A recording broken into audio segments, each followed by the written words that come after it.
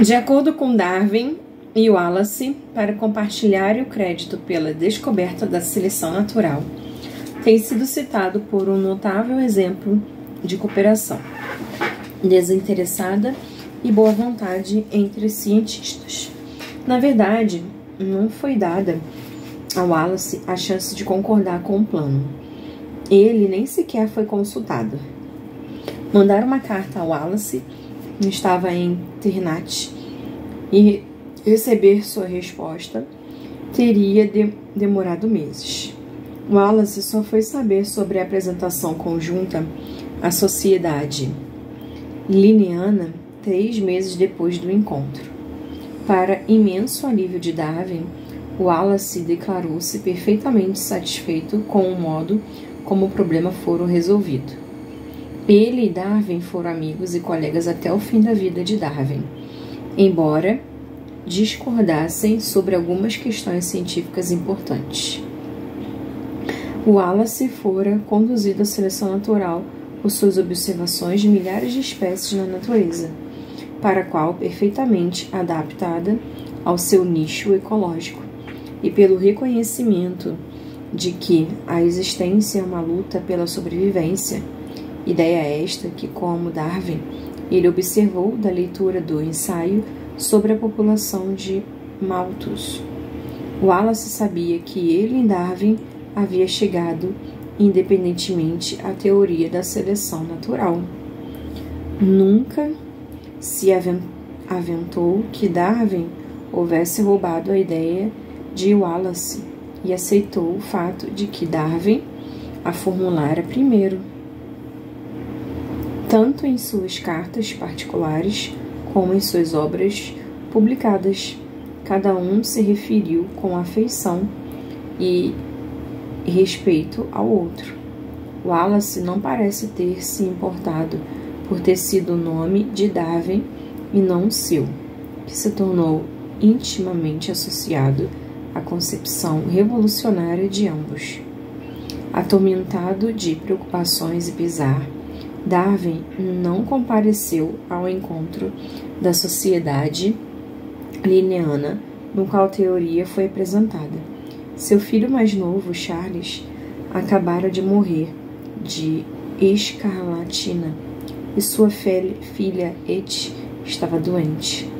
Mesmo assim, ele estava cônscio de que agora precisava publicar algo sobre a seleção natural e sem demora. Abandonou o vasto livro em que vinha persistentemente trabalhado e tratou de preparar depressa uma abordagem mais concisa, que foi publicada em novembro de 1859, sobre o título A Origem das Espécies por meio da Seleção Natural, com tradução para o português intitulada A Origem das Espécies. O tema despertara tanto interesse que os livreiros adquiriram 1.250 exemplares da primeira edição no dia em que ela foi posta à disposição. Embora A Origem das Espécies fosse bem menos extenso do que o livro que Darwin planejara escrever, ainda assim era um volume substancial, de mais de 400 páginas. Na obra, Darwin analisou assuntos tão diversos como os criadores de pombos, peixes fósseis, baratas russas, icebergs e o sutil relação ecológica ligando gatos, camundongos, abelhas e o trevo dos prados. Baseou-se em 20 anos de leituras, observações, coletas e experimentos em geologia, anatomia,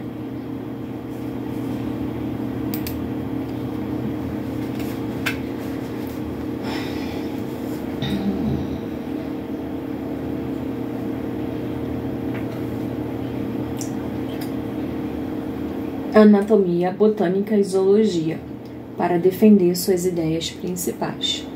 A primeira é que as espécies evoluem e se adaptam às circunstâncias que encontram.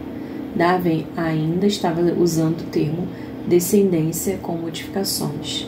Só passou a usar evolução a partir da 6ª edição de Origens das Espécies, em 1872. A segunda ideia é que a seleção natural, que favorece os organismos mais bem equipados para a sobrevivência, para sobreviver e se reproduzir, é o principal mecanismo pelo qual as novas espécies lentamente se formam. Pode-se dizer que o mundo inteiro, a seleção natural, está o dia todo, a toda hora, examinando cada variação, mesmo as mais ínfimas, rejeita a que é ruim, preserva e aciona todas as que são boas, trabalhando em silêncio, insensivamente, sempre e onde quer que apresente uma oportunidade para melhora de cada ser orgânico em relação às suas condições de vida. Nada vemos dessas lentas mudanças em andamento, até que o porteiro do tempo tenha marcado longos lapsos de eras. E, ademais, é tão imperfeita a nossa visão de eras geológicas passadas que apenas percebemos que as formas de vida são hoje diferentes do que foram outrora. Darwin designou corretamente a origem das espécies como um longo argumento acerca da miraculosa criação divina. No último capítulo, resumiu o argumento e concluiu com um parágrafo expressando o fascínio que a natureza e suas leis exerciam sobre ele. Darwin não tinha necessidade de imaginar mistérios sobrenaturais. O mundo terreno, bem diante de seus olhos, bastava para inspirar assombro e reverência. É interessante contemplar uma ribanceira emaranhada, recoberta de inúmeras plantas de toda sorte, os pássaros a cantar nos arbustos, o vôo dos insetos diversos, os vermes a rastejar pela terra úmida, e refletir que essas formas elaboradamente construídas, tão diferentes entre si e tão dependentes umas das outras, de modo imensamente complexo, foram todas produzidas por leis que atuam à nossa volta.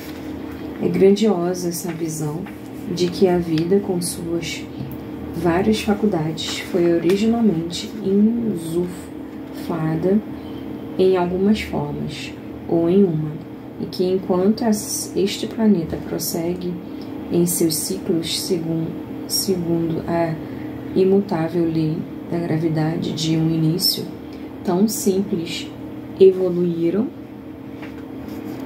e seguem evoluindo, incontável formas belíssimas e prodigiosas. Como Darwin previa, a origem das espécies deflagrou um acalorado debate, tanto entre os cientistas como entre o público em geral. Darwin animou-se com as reações de alguns colegas, Hooke e Asa Green. Já o apoiavam antes. Thomas Huxley encantou-se tanto com a simplicidade elegante do argumento de Darwin que exclamou ao terminar de ler o livro: "Que grande estúpido fui por não ter pensado nisso." Huxley converteu-se instantaneamente, embora discordasse de Darwin em alguns aspectos importantes. Mas Darwin lamentou que seus velhos mentores, Adam e John, rejeitassem a seleção natural. Ambos, sendo clérigos, incomodaram-se com a ideia de que a vida podia evoluir sem a mão norteadora de um Criador. A maior decepção foi a reação de Charles Lyell, o eminente geólogo, fora uma influência importante para Darwin, e depois o encorajara a desenvolver e publicar sua teoria. Darwin sabia que o endosso de Lyell, que era estimado em círculos sociais, políticos e científicos, favoreceria bastante a aceitação de origem das espécies. Mas o entusiasmo de Lyell arrefeceu. Era um homem cauteloso, zeloso de sua posição social e uma amizade com a família real, e mestre em apresentar suas ideias em linguagem cuidadosa para não contrair os leitores conservadores. Embora, em particular, concordassem com Darwin a respeito da evolução e da seleção natural, nunca lhe deu o apoio público irrestrito pelo qual Darwin ansiara. Darwin, posteriormente, adotou a tática de relações públicas de Lyell e recorreu a uma linguagem destinada a tranquilizar o leitor assustadiço.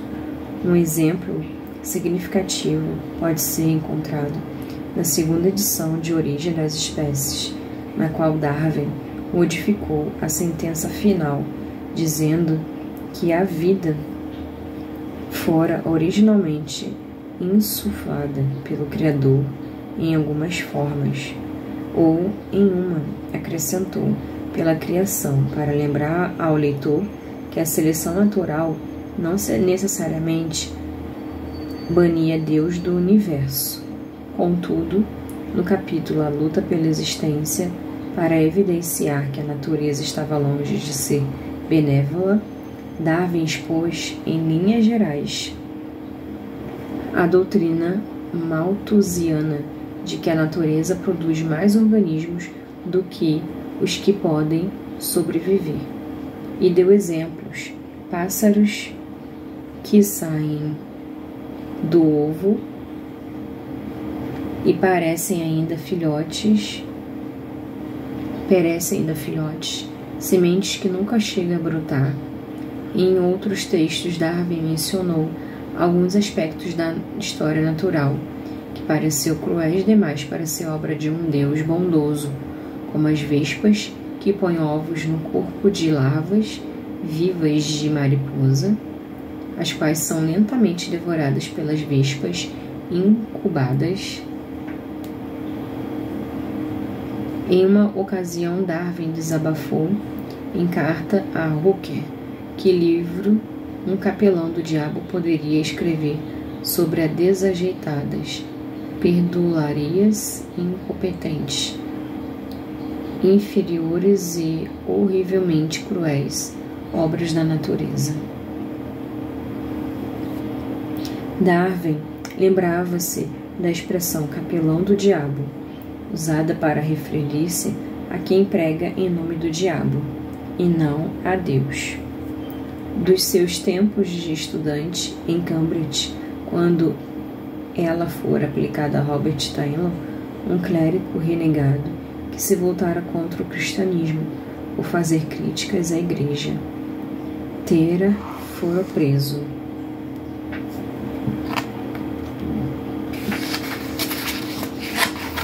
Como uma ameaça à sociedade. Darwin, que no íntimo era agnóstico, não desejava, contudo, atrair inimizade da igreja. Assim, após a publicação de Origem das Espécies, foi visto por alguns como um novo capelão do diabo. Darwin tinha entre seus defensores numerosos cristãos devotos e até alguns membros da igreja. Charles Kingsley, renomado ministro e escritor que não via conflito entre a evolução e Deus, escreveu a Darwin declarando que havia tanta nobreza em julgar que Deus criara formas primárias capazes de autodesenvolvimento, quanto em pensar que Deus criara pessoalmente todas as formas. Essa mesma opinião tinha o eminente pregador americano Henry Ward Beecher, que afirmou: vejo a evolução como a descoberta do método divino da criação. Mas a maioria dos clérigos abominou a ideia da evolução.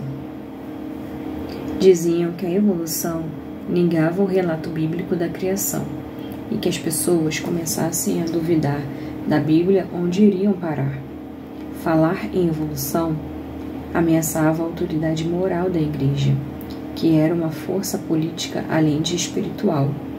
Aos olhos de muitos, a difusão de tais ideias era um perigo, pois poderia destruir a ordem social. Nenhum clérigo foi mais sagaz no ataque à evolução de Samuel Wilberforce, bispo de Oxford, apelidado de Sam Sabonete, por seu estilo persuasivo e astucioso de falar. Wilberforce foi um dos principais atores de um drama darwiniano que causou sensação em junho de 1860, no encontro anual Associação Britânica para o Progresso da Ciência. Wilberforce foi escalado para falar contra Darwin e a evolução. Darwin não compareceu, mas seus representantes, Lusley e Hooke, estavam presentes, prontos para defender a teoria. Mais de 700 pessoas apinharam a sala da conferência, pressentindo que o debate poderia esquentar. Wilberforce falou fluentemente, embora parecesse entender pouco dos assuntos científicos. Seu discurso apelou mais à emoção que o intelecto. A certa altura declarou que sua consternação seria tremenda se lhe fosse provado que ele tinha um macaco em sua árvore genealógica. Não foram registradas suas palavras exatas, mas existem muitos relatos sobre esse encontro, e todos consta que Wilberforce virou-se para Huxley e lhe perguntou se era do lado materno ou paterno que Lucifer diria descendente de um macaco. Um comentário que provavelmente se destinava a ser um gracejo e não um pérfido insulto. Instigado pela plateia a responder, Huxley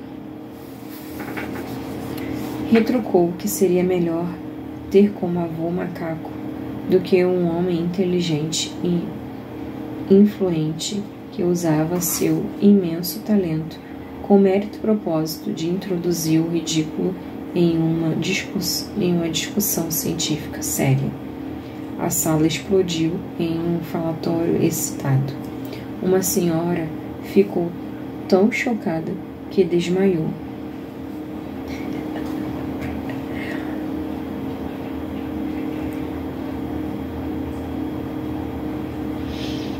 Huxley foi um dos mais ferrenhos defensores de Darwin.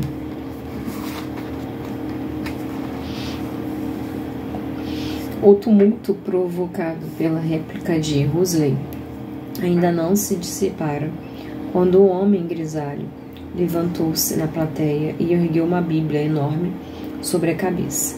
Era o almirante Albert Fitzroy, que fora o capitão do Bentley na viagem de Darwin. Fitzroy e Darwin, que se haviam desentendido em discussões sobre a escravidão e a Bíblia, distanciaram-se nos 30 anos seguintes. Fitzroy tornara-se um criacionista ferrenho. Acreditava na verdade literal da Bíblia, e agora declarando que a origem das espécies causara extrema dor. Exortava os ouvintes a descartar as ideias de Darwin, mas a plateia calou-o com gritos e pediu que falasse o próximo orador. Fitzroy, propenso a acessos de depressão, teve um fim triste. Cortou a própria garganta, alguns anos depois do debate de Oxford. Uma charge mostra Darwin, já idoso, como um macaco. Para muitos, o aspecto mais desagradável do Darwin era a ideia de que os humanos faziam parte do mundo natural, parentes próximos dos macacos antropóides e dos símios.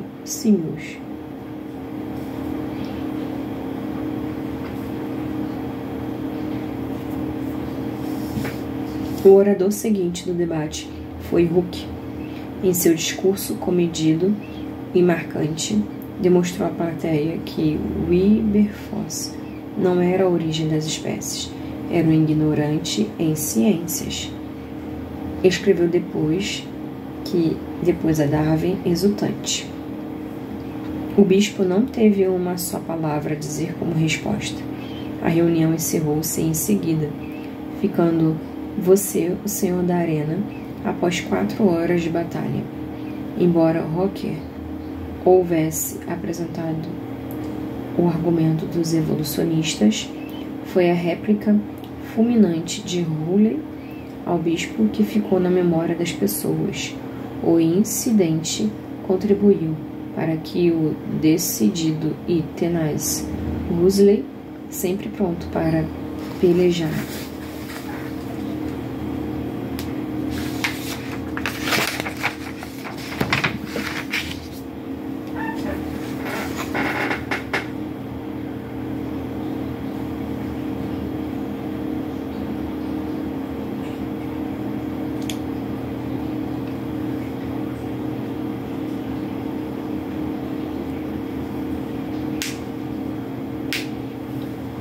escreveu depois Darwin, exultante. O bispo não teve uma só palavra a dizer como resposta. A reunião encerrou-se em seguida, ficando você, o senhor da arena, após 4 horas de batalha. Embora Hooke houvesse apresentado o argumento da evolucionista, foi a réplica fulminante de Rowley ao bispo que ficou na memória das pessoas.